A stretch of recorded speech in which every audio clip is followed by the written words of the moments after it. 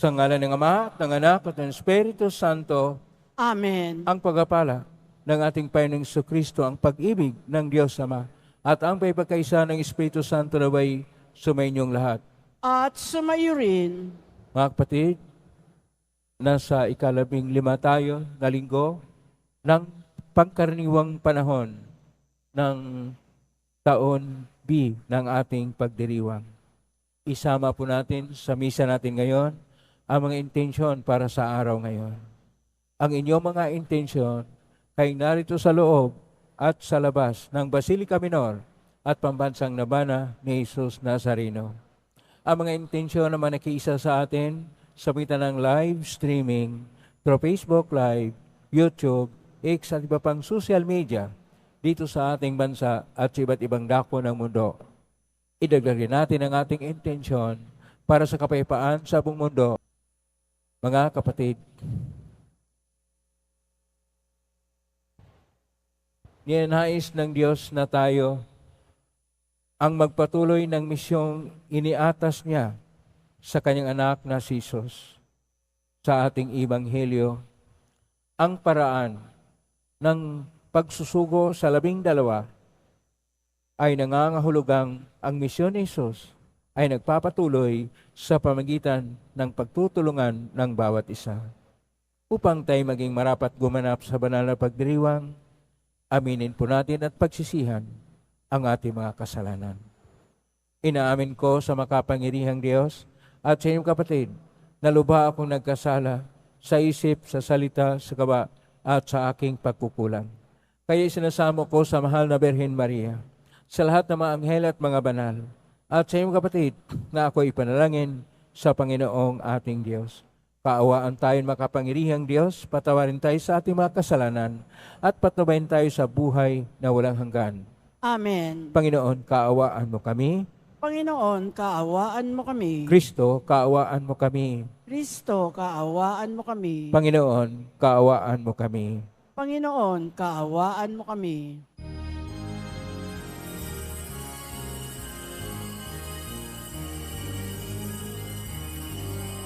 Papuri sa Diyos, papuri sa Diyos, papuri sa Diyos sa kaitaasan.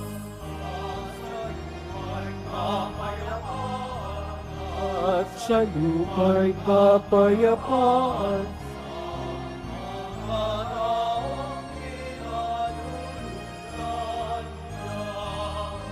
Pinupuri ka namin.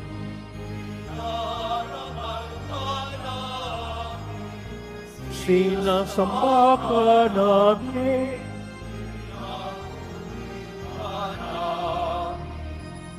Pinasasalamatan ka namin. Dahil sa dakila mong kapurihan, Panginoong Diyos.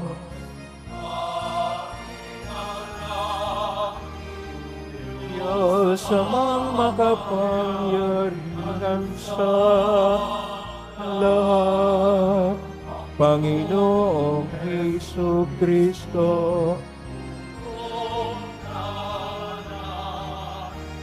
Panginoong Diyos, Poder ng Diyos, Anak ng Ama.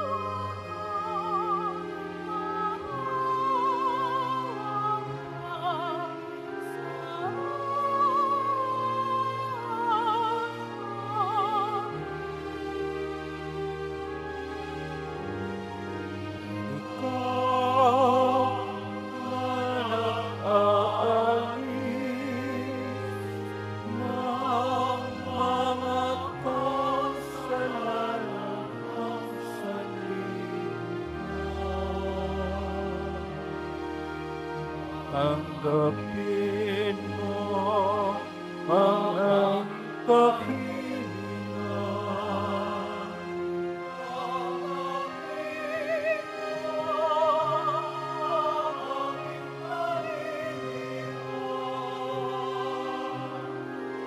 Ikaw na nanunulok sa kanan ng Ama.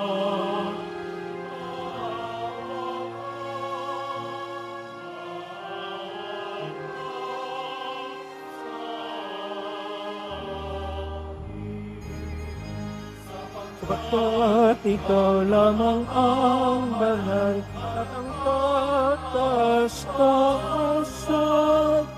Ikaw lamang, O Jesucristo, ang Panginoon. Kasama ng Espiritu Santo sa kadakilaan. Ang Diyos Ama, Amen. Ang Diyos Ama,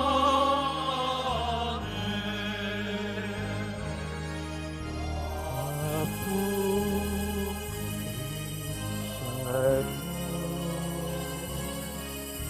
sa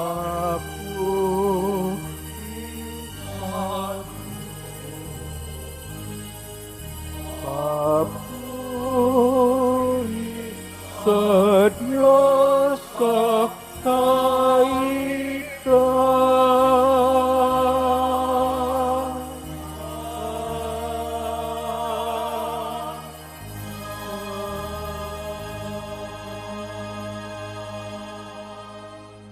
Manalangin tayo. Ama naming makapangyarihan, naliwanagan na iyong masahang ilaw, ang mga ligaw sa iyong pinabalik sa daan, para ikaw ay matagpuan, ang mga kabilang sa nalig siyang anak, ay pagloban mong mapagwaksi sa tanang salungat, sa ngalang Kristiyanong sa iyo'y tinanggap, upang ito ay talaga mga katawan ng ganap, sa pangitan ni Jesucristo, kasama ng Espiritu Santo magpasawalang hanggan.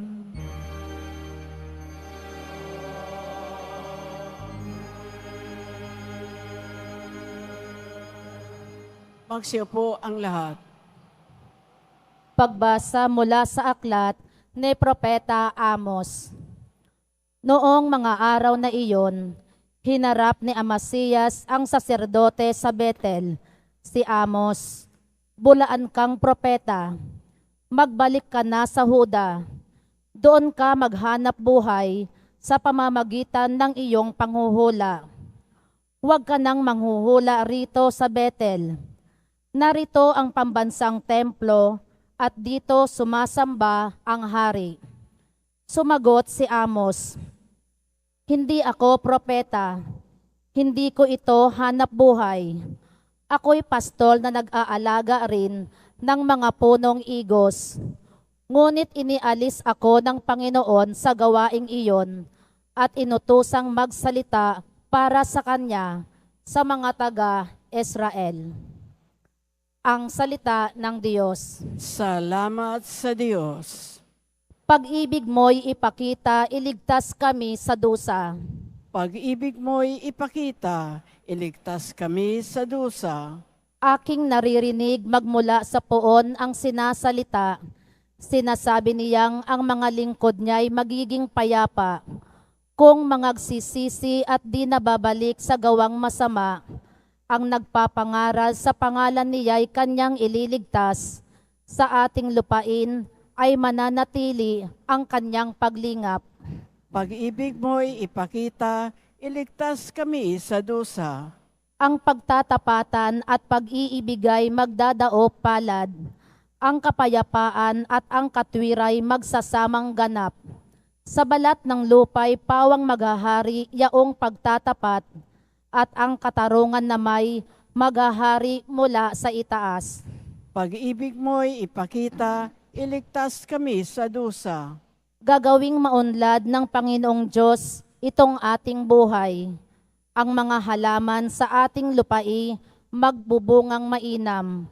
Sa harapan niya'y yaong maghahari pawang katarungan, magiging payapat, susunod ang madla sa kanyang daan. Pag-ibig mo'y ipakita, iligtas kami sa dusa.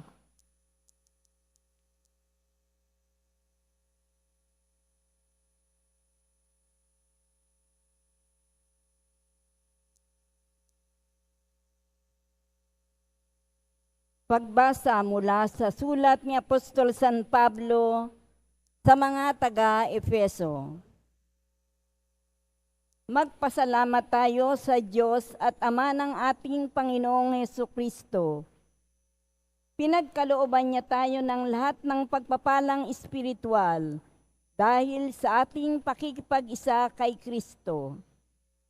At sa ating ngang pakikipag-isang ito, hinirang na niya tayo bago pa nilikha ang sanlibutan upang maging banal at walang kapintasan sa harapan niya.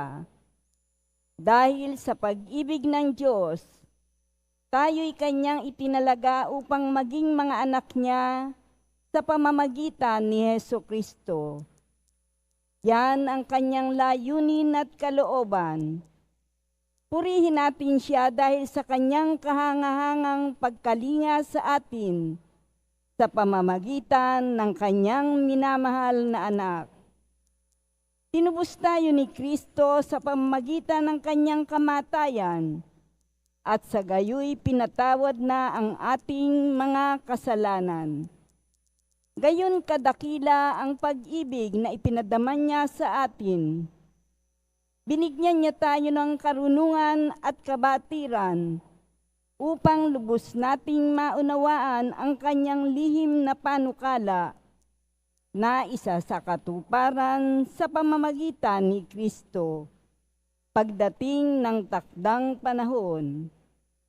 Ang panukalang ito'y ay pag-isahin kay Kristo ang lahat ng nasa langit at nasa lupa. Ang salita ng Diyos.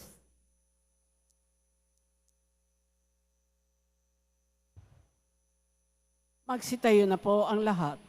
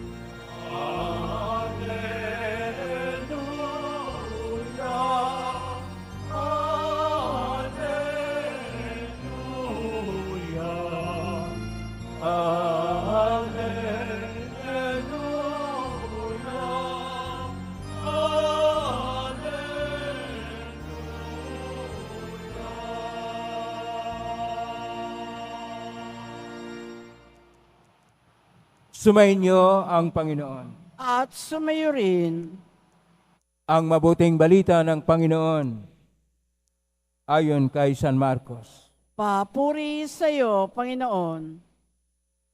Noong panahon yon, tinawag ni Jesus ang 12 at sinugong 12. Binigyan niya sila ng kapangyarihang magpalayas ng masasamang espiritu at pinagbilinan, sa inyong paglalakbay, huwag kayong magdala ng anuman maliban sa tungkod, ni pagkain, balutan, salapi sa inyong lukbutan o bihisan, at huwag kayong magdala. Ngunit magsuot kayo ng panyapak. Sinabi rin niya sa kanila, at sa linmang tahanang inyong tuluyan, manatili kayo roon hanggang sa pag-alis ninyo sa bayang iyon.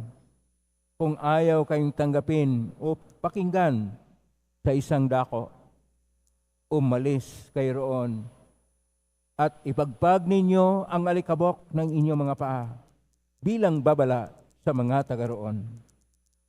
Kahit humayo ang 12 at nangaral sa mga tao na pagsisihan nila at talikdan ang kanila mga kasalanan. Pinalayas nila ang maraming demonyo sa mga inaalihan nito. Pinahira nila ng langis at pinagaling ang maraming may sakit. Ang mabuting balita ng Panginoon.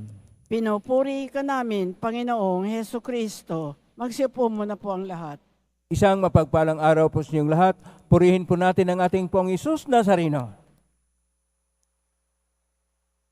Nasa 15 tayo na linggo ng pangkarong panahon sa taon B ng ating pagdiriwang. At ang tema po sa ating linggo ngayon ay tungkol sa pagsusugo o misyon. Sa salitang Hebreo, ang salitang misyon ay hamishima. Pero dahil ang ating pagbasa din hindi lang sa Hebreo, ang Hebreo kasi sa unang pagbasa, ang Ebanghelyo natin ay mula sa Koinoko na Grigo, sa orihinal, sa Koinoko na Grigo, Apostoli, at nasalin naman sa Latin. Kaya mula lumang tipan hanggang bagong tipan sa Latin ay missio. Sa English pa, mission, sa ating salita, mission. At itong misyon, una sa lahat, ay ang pagpapahayag ng kabutihang loob ng Diyos at ang kanyang paghahari. Pero hindi ito katanggap-tanggap ng lahat ng mga tao. Kaya atin po napakinggan sa ating unang pagbasa. Sa aklat ni Propeta Amos, Kapitulo 7, verso 12 hanggang 15, na si Amasiyas ay nagkaroon siya ng inggit kay Amos. At dahil sa kanyang inggit kay Amos, sabi, doon ka manghula sa Hudiya upang kikita kay roon. Pero sinabi ni Amos, hindi man siya propita ni sa grupo ng mga propita, siya talaga'y tinawag ng Diyos upang magpahayag ng salita ng Diyos. At ang nangyari pa dito, pagbasahin natin ang buong Biblia sa nangyari kay Amasiyas, pinarusahan si Amasiyas ng Diyos dahil hindi tinanggap ang salita ng Diyos. Kaya kailangan tayong makinig sa mga mensahe ng mga propita o pinadala ng ating Panginoon. Dahil ayon pa sa ating Salmo 84, versikulo 8, ipinakita ng Diyos ang kanyang pag-ibig upang tayo ay kanyang iligtas mula sa kadustaan. Kaya kailangan na maging sensitibo tayo sa mga totoong propita dahil marami pong huwad na propita. Kaya kailangan na ating tingnan kung paano siya nagpapahayag dahil makikita po natin na sila'y totoo kung sila ay tunay na nagpapahayag ng salita ng Diyos. At sa ating pangalawang pagbasa, sa sulat San Pablo sa Episo, Kapitulo 1, verso 3 hanggang 14, ang pagiging nananalig na mayroong misyon ay ang kanyang pagkipagkaisa kay Kristo na siyang tunay na nagligtas. Hindi mensahe natin, hindi mensahe ng ibang tao, bagkus mensahe ng ating Panginoong Hesus na pinakilala natin, ipinapahayag natin, ipinakita natin, at dinadala natin sa mga tao ay siyang magpapahayag sa katotohanan na dapat nating ituturo upang ang mga tao ay maligtas. Kaya po sa ating Ebanghelyo ni San Marcos, Kapitulo 6, verso 7 hanggang 13, ang ating Panginoong Hesus, kanya pong binigyang misyon ang kanyang mga alagad. Ang kanyang mga alagad ay tinatawag niyang mga apostolis. Mula po sa salitang Koine Griego, apostole, ibig sabihin mga misyonero, pinadala sa isang misyon. At sila'y 12 upang ito ay magsimbolo ng isang panibagong bayang hinirang ng Diyos, na ang ulumang bayan na hinirang ng Diyos ay nabuo sa pamagitan ng 12 na tribo na nagmula sa 12 na anak ni Jacob. At ngayon ay magiging bagong hinirang na bayan ng Diyos sa pamagitan ng 12 na mga apostol. At ito'y tawagin na simbahan. At itong simbahan, bahagi po tayo, bawat isa sa atin ay mga bato na buhay na nagkukumpuni sa isang katawan ni Kristo, na kung saan ang ulo ay ang ating Panginoong Hesus, at tayo'y bahagi sa mistiko na katawan na ito, at tayong lahat ay may misyon. Ano po ang misyon? Ang misyon ay una sa lahat ang pagdala sa mensahe na ang Diyos ay maghahari na. At paano maipahayag ito? Una sa lahat, ang estilo ng buhay. Ang estilo ng buhay ay dapat simple. Kaya sinasabi ng ating Panginoon ngayon, huwag kayong magdala ng pera o kayamanan at walang dapat na mga luho. Tungkod lang, may panyapa kayo, pero huwag na ang kayamanan, sapagkat tutulungan naman tayo sa ating kapwa-tao. Pangalawa, ang kanila pong gagawin ay una, ang pagtuturo. Pangalawa, ang pagpalayas ng mga demonyo. At pangatlo, ang pagpagaling. Ang kanilang pagtuturo, ang buod po ng pagtuturo ay una sa lahat, ang tungkol sa paghahari ng Diyos, na kinakailangan, una sa lahat, ang pagbabalik loob, ang pagbabago. At itong buod na ito ay kanapong itinuturo upang ang lahat ay babalik sa Diyos. Pangalawa, paano po sila magkaroon ng pagpalayas ng demonyo? Ito yung tinatawag na pagpalaya ng mga taong inaalihan ng demonyo. Kasi karamihan sa mga tao, akala nila normal lang na sila'y may bisyo sa buhay, na sila ay magdudruga, maglalasing, magsusugal, mga mahalay na bisyo, at kanila pong tinitingnan sa internet kung ano pang mga bagay. Hindi nila alam, ito yung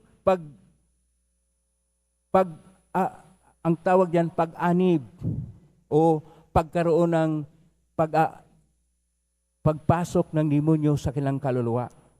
Kaya kayo na may hilig na ganyan at masamang hilig, lalo na kapag kayo nagdudruga, mga mahalay na mga hilig, o dili kaya kayo nagsusugal, inaalihan na kayo ng demonyo. Kaya kinakailangan, ang misyon ay palayasin ang demonyo upang ang tao'y maibalik sa Diyos. Pangatlo, ang pagpagaling. Ang pagpagaling ay mayroon pong 3 pagpagaling. Una, pagpagaling na pisikal. Ito po'y ginagawa sa mga doktor at yung mga nagtrabaho sa mga tinatawag na mga lugar ng kalusugan, hospital, klinika at iba pa. At ang pangalawa, ang pagkaroon ng paghilom sa psikolohikal na paraan.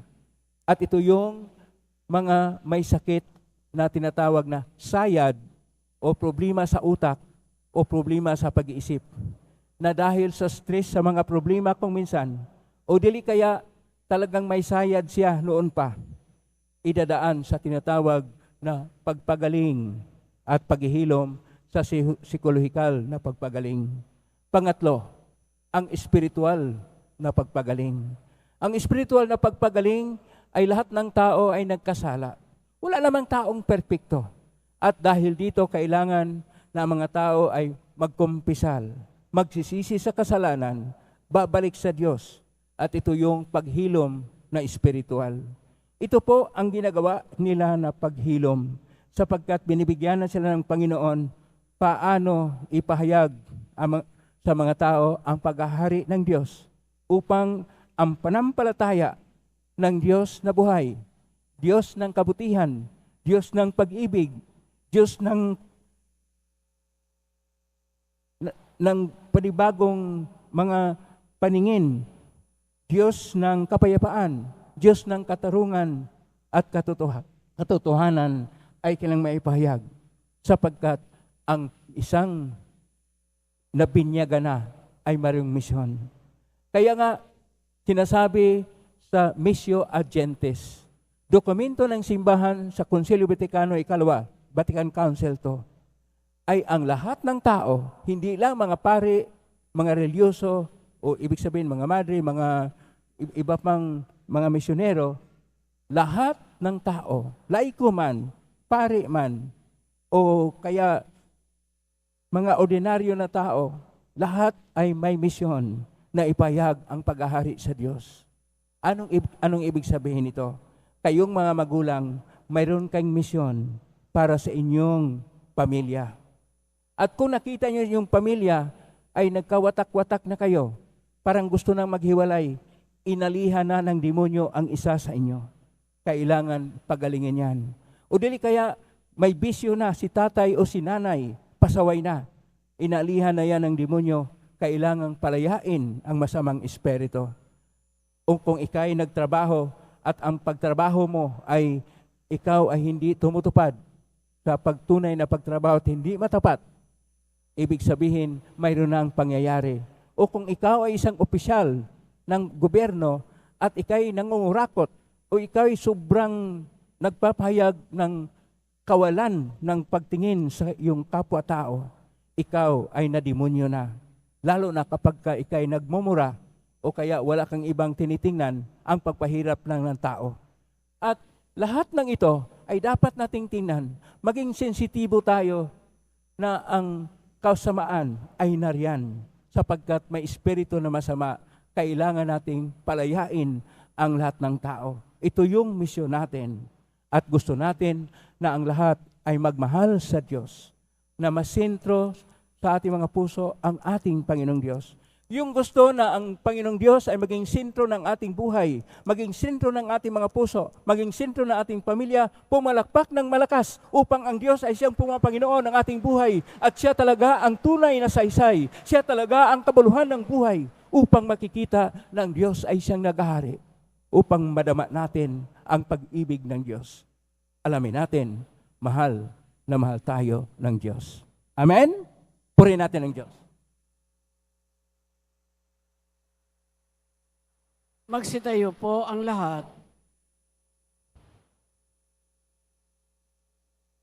Sumasampalataya ako sa Diyos Ama makapangyarihan sa lahat na may gawa ng langit at lupa. Sumasampalataya kay Jesucristo, isang anak ng Diyos, pang nating lahat. Nagkatawang tao, siya lalang ng Espiritu Santo. Ipinak ni Santa Mariang Berhen, pinagpakasakit ni Poncio Pilato. Ipinako sa krus na matay inilibing, nalagsura ng mga yumao. Na may 3 araw na buhay na maguli, umakyat sa langit, naluluklok sa kanan ng Diyos Amang makapangyarihan sa lahat. Doon mo lang paririto at hukom sa nabuhay at nga matay na tao. Sumasampalataya naman ako sa Diyos Espiritu Santo, sa banal na simbahang Katolika, sa kasamahan ng mga banal, sa kapatawaran ng mga kasalanan, sa pagkabuhay muli matay na tao at sa buhay na walang hanggan. Amen. Mga minamahal kong mga kapatid, halangin tayo sa Diyos Ama ng may buong pagtitiwala upang maging ganap ang ating panampalataya. May isa buhay natin ito at maibahagi sa kapwa. Buong puso nating itugon, Panginoon, dinggin mo kami. Panginoon, dinggin mo kami. Bigyan mo ng nawa ng lakas ng loob at pangangatawan ang Santo Papa, mga obispo, mga pari at mga diakono, upang masigasig nilang maipalaganap ang iyong mabuting balita sa mundo. Manalangin tayo. Panginoon, dinggin mo kami. Gabayan mo nawa ang mga namumuno sa pamahalaan upang maglingkod sila ng buong katapatan at walang hinihintay na kapalit. Manalangin tayo. Panginoon, dinggin mo kami. Ipakita mo, Panginoon, ang pag-asa sa mga may sakit at kapansanan, mga matatanda, mga nalulumbay, at mga nahihirapan ng sa gayoy magpatuloy sila sa iyong pagmamahal. Manalangin tayo. Panginoon, dinggin mo kami. Samahan mo sa kanilang huling paglalakbay sa lupa ang mga kapatid naming nasa bingit ng kamatayan. Ipakita mo rin ang liwanag ng buhay na walang hanggan sa mga minamahal naming yumao. Manalangin tayo. Panginoon, dinggin mo kami. Sa tahimik, idulog natin sa ating Panginoon ang mga kahilingan natin sa Kanya.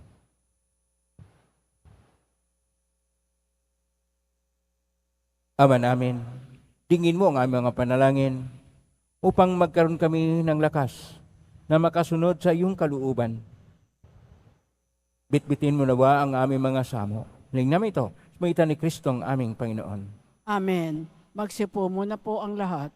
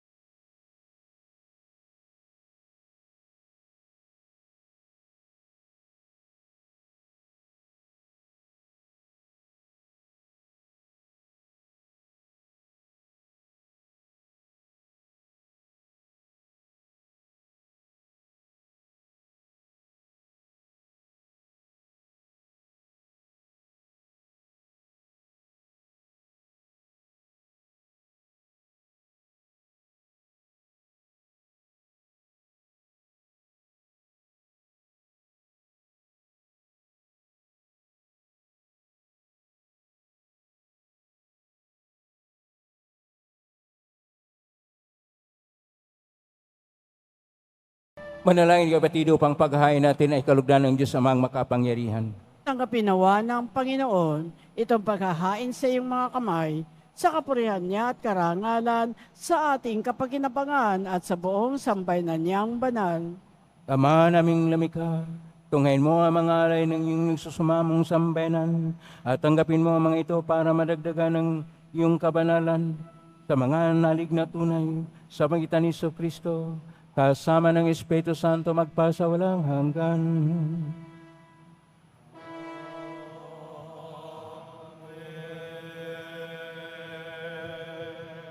Sumainyo ang Panginoon. At sumayo rin, Itaas sa Diyos sa inyong puso at diwa. itinaas na namin sa Panginoon. Pasalamatan natin ang Panginoong ating Diyos. Marapat na siya ay pasalamatan. Ama ng kapanintunay marapat ni kay aming pasalamatan sa ni Kristo na aming Panginoon. Lubhang nabugbag ang kanyang loob sa pagkakamali ng tao sa San Sinocob kahit minabuti niyang kay ipinanganak sa birhin mong pinagpala sa babaeng lahat. Sa labi ng imbing kamatayan kami ay inagaw ng namatay mong anak.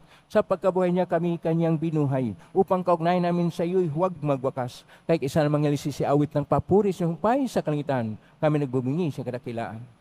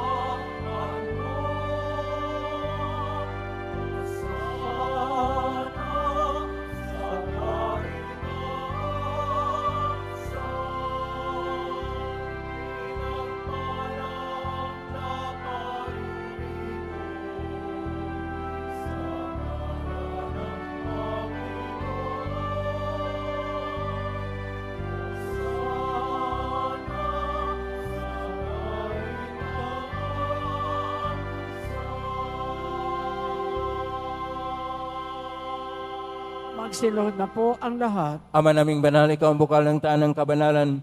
Kaismitan ng Espiritu ng banal, makaloob na ito upang para sa aming maging katawan at dugo ng aming Panginoong Kristo.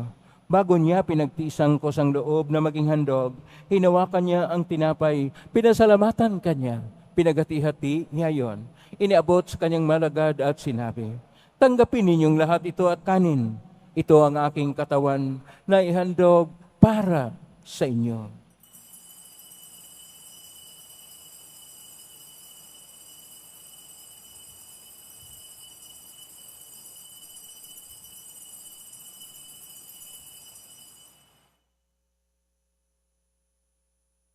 Kaya naman na matapos ang hapunan, hinawakan niya ang kalis, muli kanyang pinasalamatan.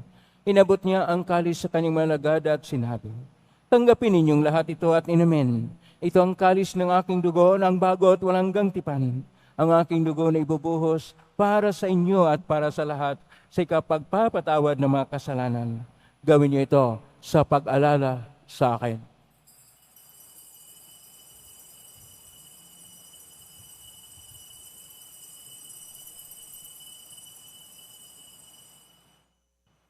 Magsitayo na po ang lahat. Ang misteryo ng panampalataya. Si Kristo'y namatay, si Kristo'y nabuhay, si Kristo'y babalik sa wakas ng panahon. Ama, ginagawa namin ngayon ang pag-alala sa pagkamatay at muling pagkabuhay ng anak kahit naalay namin sa iyo ang tinapay na nagbibigay buhay at ang kalis na nagkakaloob ng kaligtasan. Kami nagpapasalamat dahil kami narapat na tumayo sa harap mo para maglingkod sa iyo. Isinasamo namin kami magsasalo-salo sa katawan at dugo ni Kristo ay mabuklod sa pagkakaisa sa pamagitan ng Espiritu Santo. Ama, lingapin simbahang laganap sa buong daigdig. Pususin mo kami sa pag-ibig kay San Francisco na aming Papa at ni Jose na aming Obispo at ng Tanang Kaparian. Alalahanin mo rin mga kapatid naming naimlay, may pag-asang sila'y muling mabuhay ganyan lahat ng mga pumanaw. Kaawaan mo sila at patuloyin sa iyong kaliwanagan. Kaawaan mo dapatin kaming lahat na makasalo siyang buhay na walang wakas. Kaisa naman na Birhen Maria na Ina ng Diyos, ng kabiyak ng puso niyang San Jose. Kaisa ang mga apostol, ni San Juan Bautista, ni San Roque, ni San Lorenzo Reyes de Manila, ni San Pedro Calungsod at ang lahat ng mga banal na namuhay dito sa daigdig ng kalugod-lugod sa iyo, maipagdiwang nawa namin ang pagpupuri sa karangal mo sa pangitan ng anak na aming Panginoong Hesukristo. Sa pamamagitan ni Kristo, kasama niya at sa Kanya, ang lahat ng parangal at papuri ay sa iyo, Diyos amang makapangyarihan, kasama ng Espiritu Santo, magpasawalang hanggan.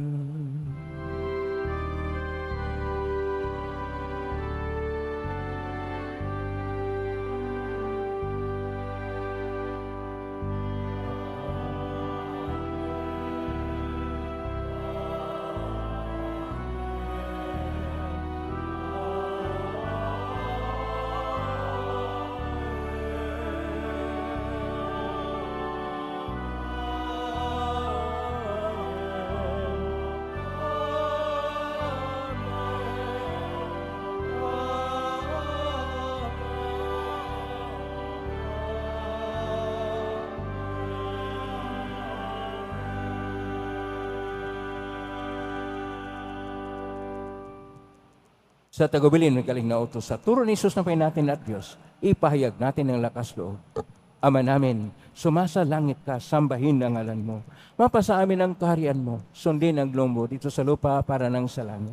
Bigyan mo kami ng aming kakanin sa araw-araw at patawarin mo kami sa aming mga sala para nang pagpapatawad namin sa nagkakasala sa amin at huwag mo kaming ipahintulot sa tukso at iadya mo kami sa lahat ng masama. Hinihiling namin kami iadya sa lahat ng masama. Pagkalooban ng kapayapaan na araw-araw, iligtas sa kasalanan at tirisalat ng kapahamakan samantalang aming pinanabikan ang dakilang araw ng pagpapahayag ng tagapagligtas naming si Jesucristo. Sapagkat iyo ang kaharian at ang kapangyarihan at ang kapurihan magpakailanman. Amen. Panginoong Jesucristo, sinabi mo sa mga apostol, kapayapaan ang iniiwan ko sa inyo, ang aking kapayapaan ay binibigay ko sa inyo. Tunghayin mo ang aming panampalataya at huwag ang aming pagkakasala. Pagkalooban mo kami ng kapayapaan at pagkakaisa ayon siyang kalooban, kasama ng Espiritu Santo magpa sa walang hanggan. Amen. Ang kapayapaan ng Panginoon ay laging sumainyo. At sumayo rin. Magbigay kayo ng kapayapaan sa isa't isa. Kapayapaan siya.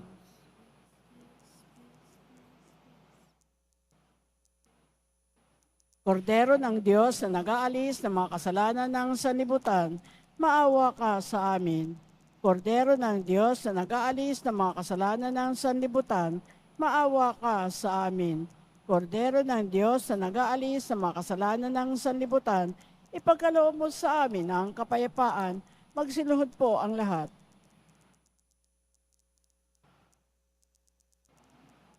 Ito ang kordero ng Diyos.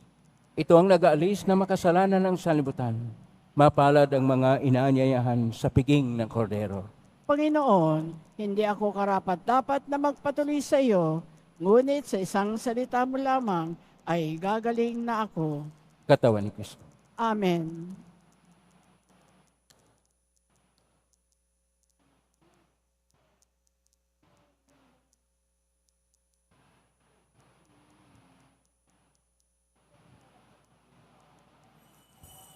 Para sa lahat ng tatanggap ng banal na komunyon, sasagot po tayo ng amen pagkasabi ng pari o ng lay minister ng katawan ni Kristo at isubo agad sa bibig bago umalis sa harapan ng pari o lay minister.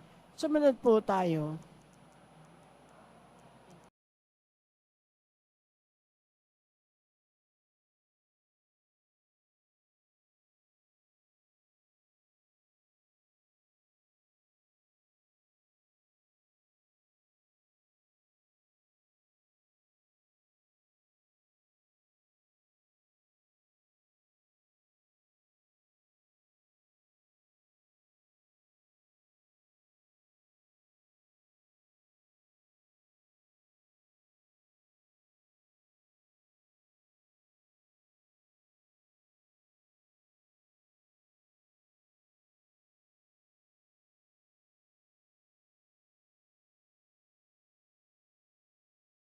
Magsitayo na po ang lahat.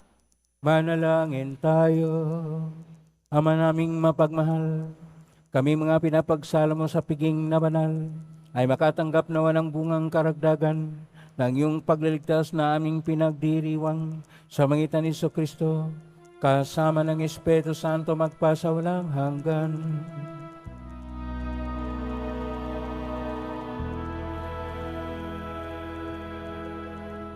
Maraming salamat po sa inyong pagdalaw sa tahanan ng ating Pong Isus Nazareno. Kay mga narito at kay mga naugnay sa iba't ibang social media platform na cross-posting sa iba't ibang paraan, naway ang inyong panalangin ay dinggin ng Pong Isus Nazareno. Salamat po sa lahat na nagbigay ng tulong at donasyon sa Quiapo Church upang makatulong ang Quiapo Church sa mga kapwa nating mga hirap at nangangailangan. Salamat po sa inyong tulong. Pagpalain ka ng Panginoon Diyos. Salamat sa lahat ng mga naglilingkod ngayon. Pagpalain kayo lagi ng Pong Isus Nazareno. Plakpakan po natin lahat ng mga naglilingkod, lahat ng tumutulong sa atin, lahat ng kikiyak sa atin, sa lahat ng naugnay sa atin. Naway, ang Diyos ay magpapala sa inyo ng mga biyayang siksik, liglig at nag-uumapaw. Misyon, Hamishima, Apostoli, Mission. Ito yung bahagi ng simbahan. Ang simbahan ay nabubuhay bilang isang misyon. Misyon ng ating Panginoong Hesus na pinadala sa Ama sa atin upang tayo maligtas. Misyon na ating pagkakaisa sa sakripisyo ng ating Panginoong Hesus Nazareno. Tayo ay maging kalakbay sa lahat ng mga nananalig sa Kanya upang magkaroon ng buhay na ganap at ikasyasya. Maging bahagi nawa tayo ng misyon ng simbahan. Ngayon na po ang pubasbas. Mangyari po lamang itaas bagya, mga bagay na pusbasan. Sumainyo ang Panginoon. At sumayo rin. Mahal na pong Isus Nazareno, inag mo sa cross ang walang maliw na pag-ibig ng Diyos sa sangkatauhan. Pakinggan mong kilayan ng kanan nagsusumamo sa iyo. Makamtan nawa nila ang iyong katugunan at tanggapin ang kasagutan mo itang na loob na tinatanaw. Basbasan di po ninyo ang mga dalang imahin, dasal at mga bagay-bagay. Basbasan ang may makaramdaman. Sa pangitan ng benisyon ito na maalala ng pangako na sa binyag, na ikaw ay kaibigan at paglalingkuran bilang Panginoon, magpa sa walang hanggan. Amen. Pagpalain kayo ng makapangyarihang Diyos, Ama at Anak at Espiritu Santo. Amen. Humay kayong taglay ang kapayapaan, pag-ibig at pag-asa ng Pong Isus Nazareno. Salamat sa Diyos. Purihin natin ng ating Pong Isus Nazareno.